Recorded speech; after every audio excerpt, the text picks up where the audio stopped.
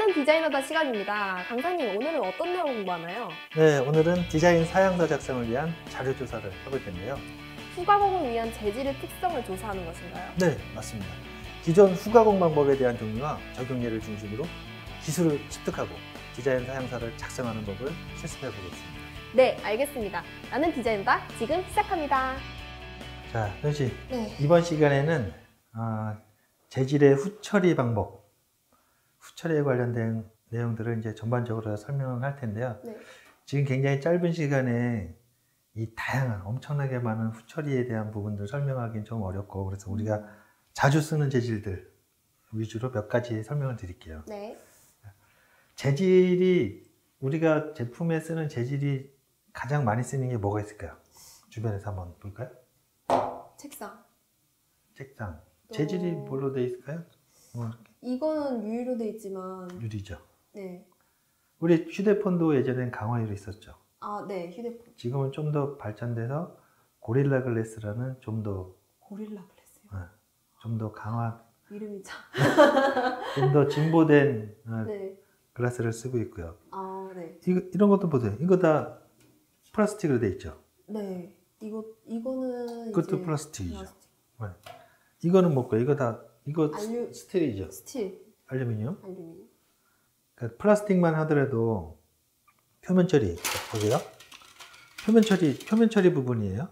네. 이거는 그냥 액상 도장이잖아요. 그죠? 네. 또는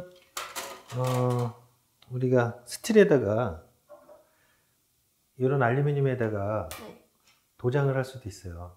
액상 도장이 가능할 수도, 액상 도장도 하고 분체 도장도 하고 또는 그 세라믹 도장도 가능하고요. 특히나 이제 바닷가 쪽에 가면 이런 통신 시설 장비들 많이 설치되어 있는 거 봤을 거예요. 가로등이나. 아, 네, 봤어요. 그러면 중간에 보면 가로등 같은 경우에는 이렇게 부식이 돼가지고 막 녹슬은 것처럼 보이는 게 있을 거예요. 네. 그런 건데 가로등 같은 경우는 뭐 스테인리스 스틸 재질을 쓰기도 하지만 일단 주물 같은 것도 많이 써요. 그러니까 네. 주철. 그런 것 같은 경우는 도장을 제대로 안 해놓으면 그렇게 막 부식이 돼버려요. 녹슬고. 네, 표면 처리가 제대로 안 된 거죠. 음. 우리가 오늘 여기서 몇 가지 배울 것 중에 하나가 네. 플라스틱에 적용되는 후처리 방법들은 뭐 금형상에서 부식 패턴을 넣는다든가 여러 가지 뭐 수전사, 뭐 핫스탬핑 여러 가지 공법들이 많이 있어요. 근데 가장 많이 쓰는 게 도장이잖아요, 도장. 네. 특히나 이런 오렌지 컬러들 있죠.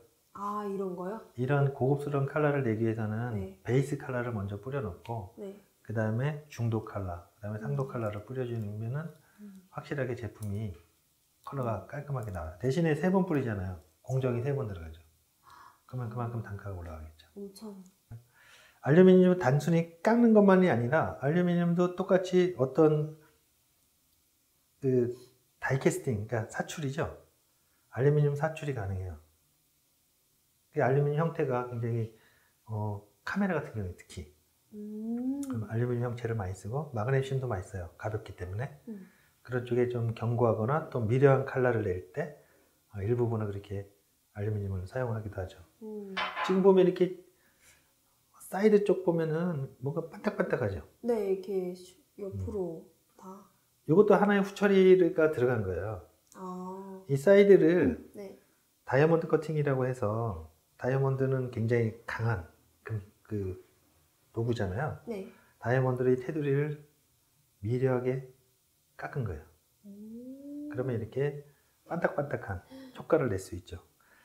이거는 일례로 간단하게 제가 설명드린 건데 좀 더 디테일하게 우리가 디자인 시방서 쓰는 방법 이런 것들을 한번 연습을 해 보도록 할게요. 네. 그 시방서 잘못 쓰면 제품이 불량이 되는 거죠?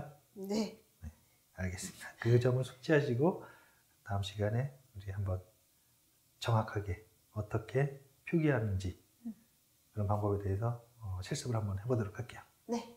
자, 서희 씨 이번 시간에는 네.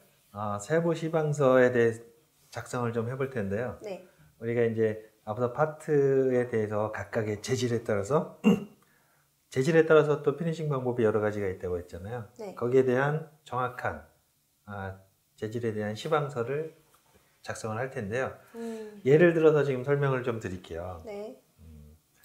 지금 파트네임이 러버캡 스테이션이에요. 이게 스테이션에 있는 고무로 된 캡에 대한 부분인데 이게 이제 파트네임이고요. 그렇다면 이 캡은 어떤 재질을 적용할 건지. 아, 실리콘. 지금 이제 실리콘으로 이제 적용을 한다라고 이제 재질 표기가 돼 있잖아요. 네.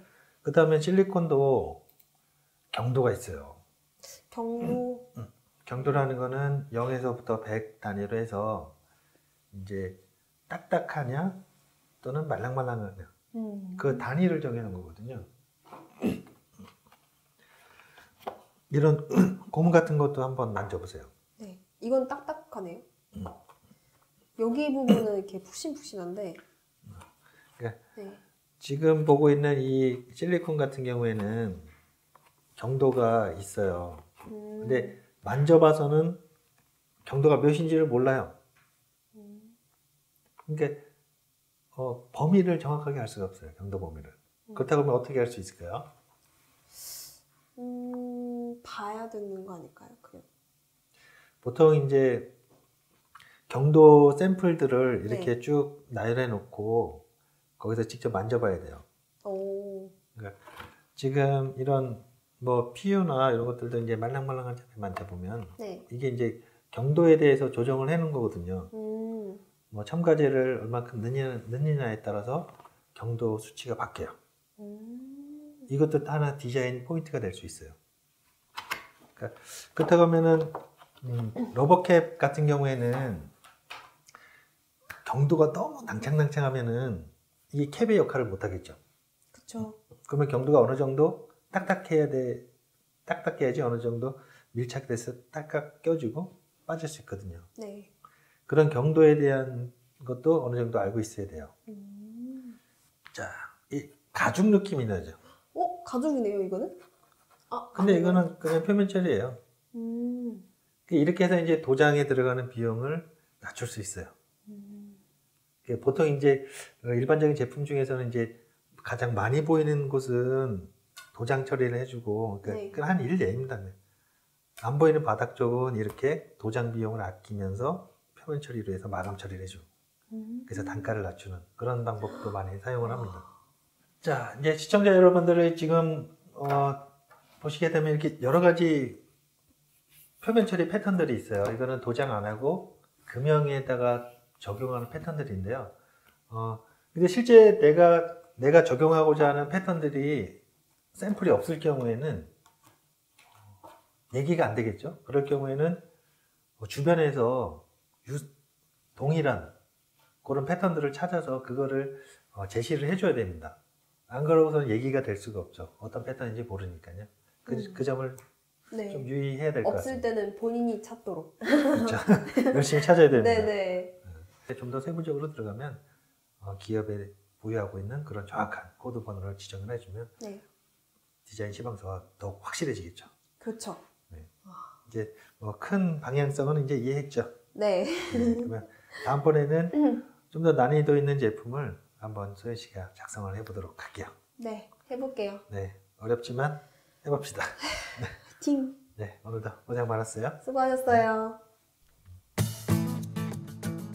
지금까지 배운 내용을 정리합니다.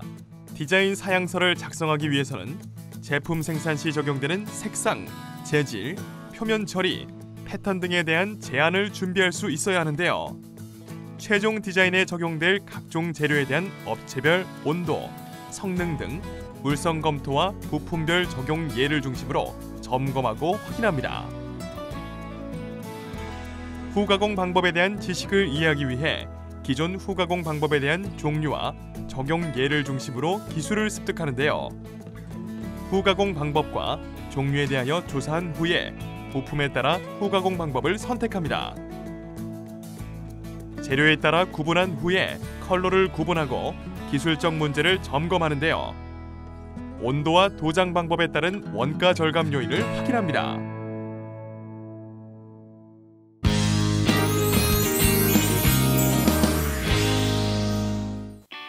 모르는 것이 없어질 때까지 반복하고 또 반복하는 불평제로 시간입니다. 강사님, 이번 시간에 제가 할 과제는 무엇인가요? 최종 제품 디자인의 양산 시방서를 작성해 보겠습니다. 디자인이 확정된 부품별 색상을 점검하고 가공 방법을 결정해 작성해 보세요. 네, 알겠습니다. 비평제로 시작합니다. 최종 제품을 양산하기 위해서는 필요한 것이 있습니다. 바로 양산 시방서인데요. 양산 시방서라는 게 정확히 무엇인가요? 지금 이게 디자인 양산 시방서를 작성을 하고 있는 부분인데요. 전체적으로 디자인 시방서라는 거는 어떻게 보면 이게 양산형 작업 지시서라고 보면 됩니다. 디자인 관련된. 아무래도 굉장히 꼼꼼하게 정확하게 기재를 해야 될 필요성이 있습니다. 그렇다면 어떤 후가공을 하는지 정해 협력업체에 보내는 자료인가요? 그렇게 보시면 될 것 같고요. 우선은 파트별로 재질이 다를 수도 있고 또는 어떤 파트에는 표면 처리 방법이 다를 수가 있거든요. 디자인 의도에 따라서 하나하나의 각각의 파트마다 재질별, 그 다음에 피니싱에 대한 구체적인 방법에 대한 것들을 적시를 해야 됩니다. 내용을 적을 때 주의해야 할 부분은 무엇인가요?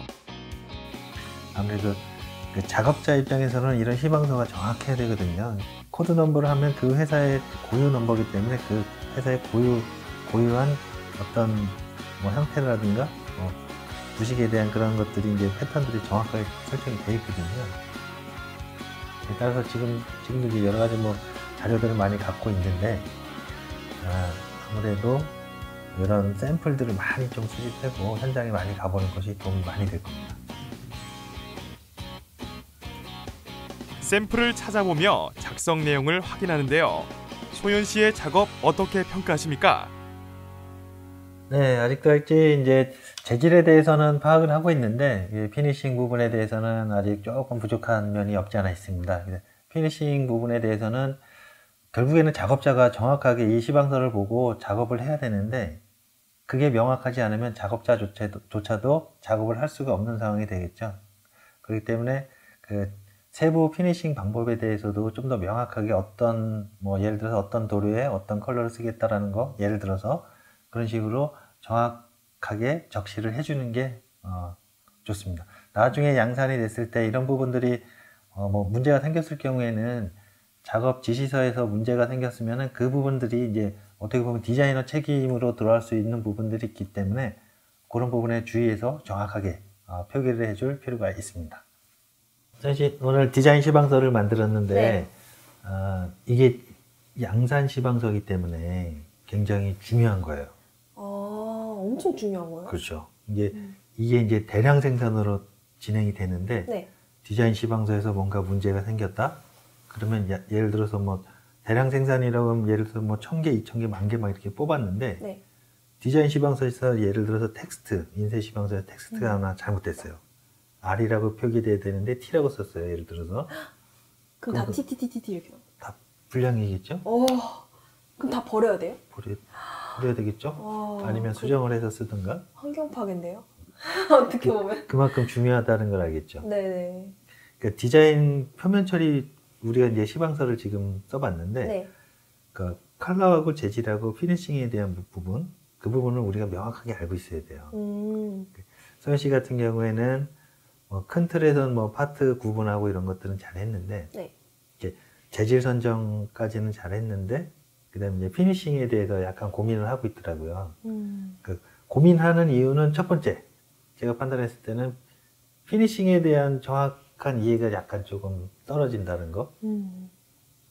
그 부분을 하기 위해서는 우리가 여러 가지 샘플들을 네. 가지고 보면서 이렇게 막 작성을 하잖아요. 샘플들을 보면서 우리가 그 코드 번호 실제 양산되고 있는 그런 코드 번호를 활용하면 정확해요. 그 번호요? 이렇게.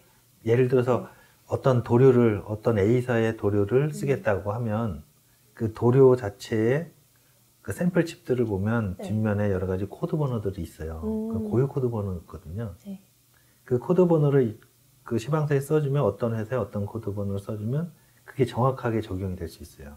그 중에서 진짜 이 제품에 어울릴 만한 패턴을 솔직히 이제 지정을 해준 거잖아요. 네. 그 번호도 정확하게 기재를 해줘야 돼요. 한 번이라도 틀리면은 아예. 번호가 네. 예를 들어서 1007이다. 코드 번호가. 근데 내가 1001로 표기를 해버리면 네. 전혀 다른 패턴이 금형에 적용이 되겠죠. 그러면 금형 다시 수정해야 되잖아요.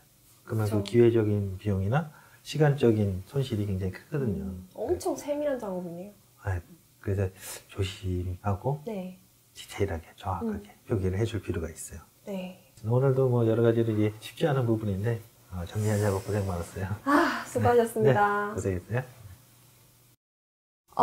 처음에는 이렇게 입력할 때, 이게 뭐지? 하면서 막 이름도 봤는데 그걸 입력하기도 너무 어려운 거예요. 근데 이제 강사님께서 좀 더 책을 많이 보고 관련된 차트도 많이 보고 재료도 직접 만져보고 거기 이름이 다 박혀 있으니까 해봤는데 실제로 해보니까 그나마 좀 이렇게 입력하기가 수월해지더라고요. 그래서 앞으로도 좀 이렇게 많이 찾아보고 직접 만져보면서 연습을 이렇게 해봐야 될 거예요. 쓰는 연습을.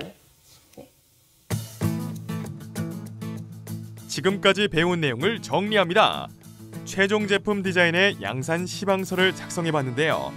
부품별 가공 방법을 정리하기 위해서는 기존 가공 방법 및 신소재, 신기술에 대한 가공 방법 적용 예를 점검해야 합니다. 기존의 가공이나 성형 방법, 도료에 대해 폭넓은 사전 지식을 가지도록 노력해야 하는데요. 기존 제품과 타사 제품의 후가공 예와 방법, 그리고 기술 수준에 대해 수시로 점검하고 확인합니다.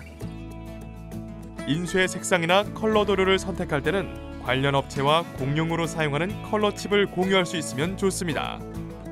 사양서 작성 시 반드시 인쇄 불량이 발생하지 않도록 주의해야 하며 도장 방법에 따라 광택, 재질 표현 같은 외관의 형태에 주의를 기울여야 합니다.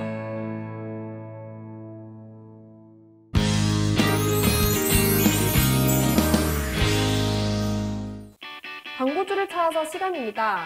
강사님, 이번 시간 광고주를 찾아서는 어떤 내용인가요? 네, 소연 씨가 작성한 사양서로 후가공 샘플이 나왔는데요. 각 부품별로 승인원에 맞게 나왔는지 광고주와 점검하고 최종 방향을 결정하도록 합니다. 양산을 위한 준비 단계인 것인가요? 그렇죠. 디자인 관련해 부품의 외관과 인쇄 사양, 도장 부품, 그리고 사출품에 대한 색상 등을 점검하고 확인하게 될 겁니다. 꼼꼼히 살펴봐야겠네요. 네, 그렇죠. 그럼 현장으로 가볼까요? 네, 광고주를 찾아서 출발합니다. 지금 어디 가시는 길인가요? 네, 제품 샘플이 나왔는데요. 저희 디자인 시방서하고 제대로 나왔는지 클라이언트하고 같이 체크하러 가는 중입니다. 목업된 샘플 디자인을 비교하러 왔는데 광고주분은 과연 어떻게 생각하실지 좀 궁금합니다. 네. 안녕하세요. 네, 안녕하세요. 대표님, 오늘은 저희가 그 실제 목업을 만들어서 그 윈도우 쪽, 지금 위쪽에 보시는 것처럼 실제 양산되는 제품을 갖고 왔는데 이거를 보시고 오늘 판단해 주셔야 될 부분들은 제대로 나왔는지. 제품 외관에 대한 최종적인 검토 승인을 위해서는 디자인 사양서를 중심으로 사전 점검하고 양산을 위한 준비를 하는데요. 디자인 관련 부품의 외관과 인쇄 사양, 도장 부품, 사출품에 대한 색상과 상태를 점검합니다. 양산 때 한도 견본으로 사용이 될 샘플이에요. 그래서 이걸 기준으로 해서 이 시방서대로 안 나왔을 경우에는 전량 이제 뺏겨야 되겠죠. 한도 견본과 소재 샘플을 대조할 때는 차이점을 읽을 수 있는 정확한 감각을 갖추어야 하는데요. 인정 검사 시 외관 검사 및 색상에 대한 기준을 점검하고 완제품 조립 시 디자인의 의도와 연관성을 점검합니다. 현장 검사가 필요할 경우에는 직접 가서 점검하고 확인해야 합니다. 인정 검사를 승인받은 후에 승인서를 작성하여 관련 부서에 통보하는데요. 한도 견본 통보와 함께 한도 견본 대장을 반드시 정리해 제품 생산이 종료될 때까지 보관합니다. 대신에 또 고가이기도 하고, 그래서 이쪽 부분을 다음에 저희가 또 샘플을 갖고 오면 그 부분에 대해서 세부적으로 논의하도록 하겠습니다. 네, 알겠습니다. 네. 자, 그러면 오늘도 샘플을 가지고 얘기를 해봤는데요. 다음번엔 좀 더 이 부분에 대해서는 진짜 아무래도 대표님도 뭔가 좀 지식을 갖고서 얘기를 하셔야 되는 부분이 있어요. 쉽지 않은 부분이긴 한데요. 이 단가, 윈도우 단가에 비해서 훨씬 많은 원가가 들어가거든요. 그래서 한번 오류가 나게 되면은 그만큼 회사로서도 손실이니까 그 부분에 대해서 좀 명확하게 할 필요가 있습니다. 네. 자, 오늘도 체크하시느라고 고생 많으셨습니다. 네, 수고하셨습니다. 감사합니다. 네. 자, 소연 씨, 오늘 네. 클라이언트하고 우리가 실제 양산되어질 샘플을 가지고 논의를 해봤잖아요. 이 한 번 나오게 되면 이게 계속 대량 생산으로 이제 갈 거예요. 네. 오늘 얘기했던 이 윈도우 같은 경우에는 소연 씨가 시방서를 잘 내렸어요. 네. 그 도수라는 거는 그 컬러의 수, 예를 들어서 뭐 레드, 그린, 블루다 그러면 3도가 되는 거예요. 지금 소연 씨가 시방서 내린 거는 블랙하고 화이트. 쿨그레이. 쿨그레이. 네. 두 가지이기 때문에 2도밖에 안 들어가거든요. 작업 공정이 굉장히 심플해진 거죠. 3도면은 실크 인쇄를 3번 해야 돼. 한 번 밀고 똑같이 밀고 또 밀고. 이제 이거는 2도니까는 짧게 끝난 편이죠. 시청자 여러분들도 오늘 우리가 이제 그 대량 생산하기 전에는 결국에는 최종적으로 컨펌을 해야 되는 부분은 이게 디자인 표면 처리에 관련된 것들이거든요. 이게 한번 대량 생산 시스템을 타게 되면은 그대로 흘러갈 수밖에 없어요. 어느 곳에 한 군데 오류가 났으면 빨리 보고를 해서 빨리 조치를 하는 그런 액션을 취해야 됩니다. 너무 아깝잖아요. 한 번 오타가 나는데 이게 싹 버려야 되는 상황이면은 그러니까 처음부터 꼼꼼히 보시고 제품을 만들기를 추천해드립니다. 아시겠죠, 소연 씨도? 네, 네. 저도 알겠습니다. 오늘 샘플 만든 거는 어느 정도 잘 나왔기 때문에 굉장히 잘했어요. 다음번에도 더 잘 할 수 있도록 꼼꼼하게 그렇게 추진하도록 하죠. 네. 네, 오늘 고생 많았어요. 오늘 네, 감사합니다. 수고했어요. 네. 지금까지 배운 내용을 정리합니다. 제품 외관에 대한 최종적인 검토 승인을 위해서는 디자인 사양서를 중심으로 사전 점검을 합니다. 부품의 외관과 인쇄 사양, 도장 부품, 사출품에 대한 색상과 상태를 점검하는데요. 점검하기 위한 자료로 한도 견본을 준비합니다. 인정 검사를 할 때는 검사 및 색상에 대한 기준을 점검하고 완제품 조립 시 디자인의 의도와 연관성을 점검합니다. 인정 검사를 승인받은 후에 승인서를 작성하여 관련 부서에 통보하는데요. 한도 견본 통보와 함께 한도 견본 대장을 반드시 정리해 제품 생산이 종료될 때까지 보관합니다.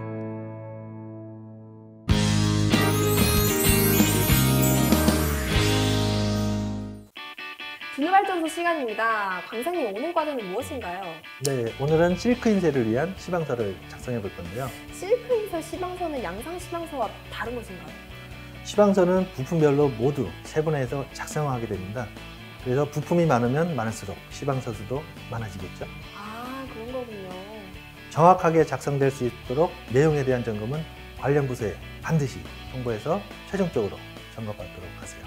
네, 알겠습니다. 분유발전소 시작합니다. 소연 씨, 네.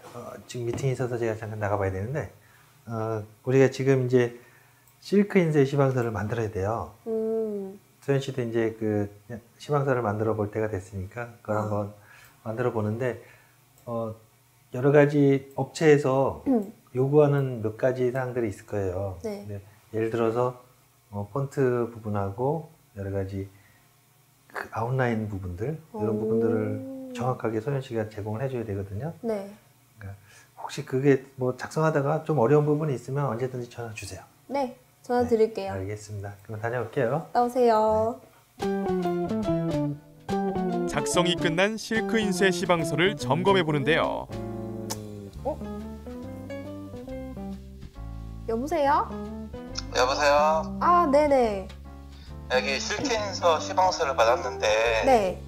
데이터 오류가 났어요. 오류요? 네, 다시 한번 작업해서 보내줄 수 있나요? 난리가 없는데.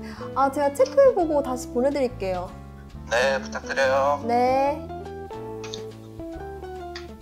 이거는 버튼은 깨져. 잘 작성한 줄 알았는데 소연 씨는 어디에서 오류가 발생했는지 파악할 수 있을까요? 안 깨진 거구나.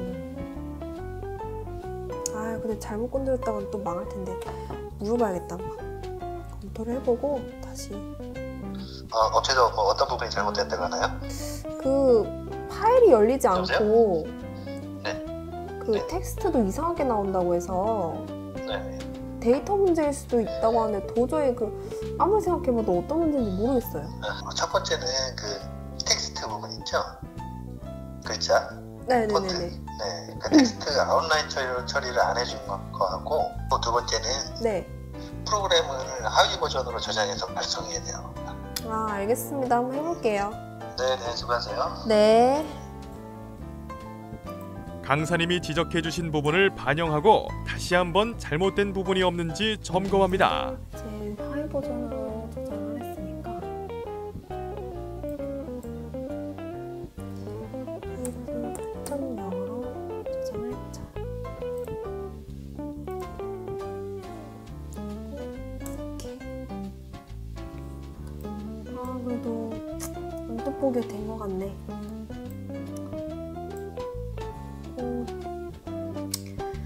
아, 그래도 해결됐다. 예!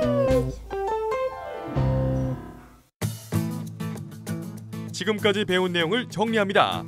실크 인쇄를 위한 시방서를 작성해 봤는데요. 인쇄 시방서를 작성할 때는 인쇄 불량이 발생하지 않도록 주의해야 하는데요. 기능에 대한 표시는 인지가 잘 될 수 있도록 위치를 점검하고 확인합니다. 또 폰트나 아웃라인 처리 등 꼭 빼놓지 말고 전달해야 하는 정보는 확실히 확인하고 업체에 전달해야 합니다. 시방서 파일은 최신 버전의 형태로 저장하기보다는 하위 단계 버전으로 내려 저장해 전달하며 사전에 공통으로 사용하는 프로그램의 사양을 확인해 두어야 합니다.